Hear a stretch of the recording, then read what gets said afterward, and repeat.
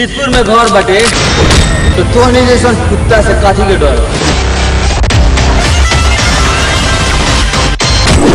चुप कुकुर, आँख खोल के देख ले ई बिहारी पंजा जहाँ पड़ी लू तो नस तूर दे।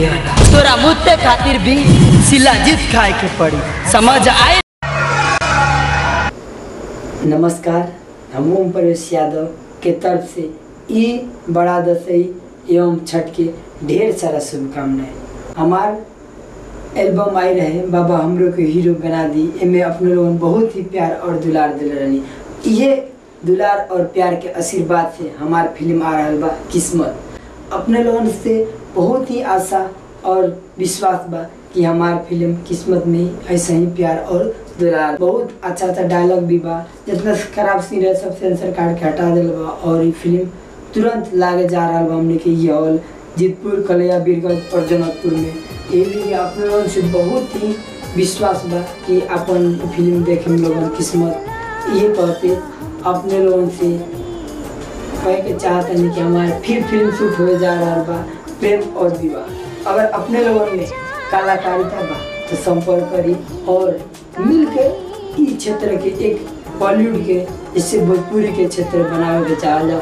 हमने के इस बीरगंज क्षेत्र में, जीतपुर क्षेत्र में बहुत सा फिल्म बनला लेकिन सफलता नहीं के हासिल करे चाह। ये लिए हमने के पूरा विश्वास के साथ में अपन जीतपुर बीरगंज में पहली बार मिक्सिंग बनी फिल्म की किस्मत है। लोगों से बहुत ही विश्वास था कि हमारे फिल्म देखे हम लोगन और अपने स्थानीय क्षेत्र में बनल, अपने स्थानीय क्षेत्र में मिक्सिंग बनी पहल का ये फिल्म बा।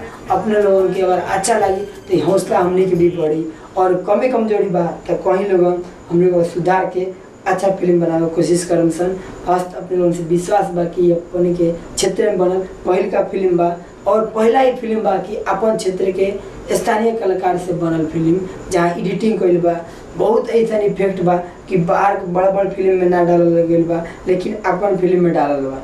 ये लिए अपने लोगों से विश्वास बा कि हमारे फिल्म देखी लोगन और कमी कमजोरी के नज़रअंदाज करते हुए अगला फिल्म में भी हिम्मत दी लोगन कि हमने फिल्म बनाई सन। अगला फिल्म आ रहा बा हमने के प्रेम और विवाह, जौना में अपन घर समाज में घटल बहुत अच्छा घटना के देखावल बा और फिल्म बड़ी जल्दी शूट हुए जा रहा बा। आप लोगों अगर काम करे के चाहते हैं संपर्क करी।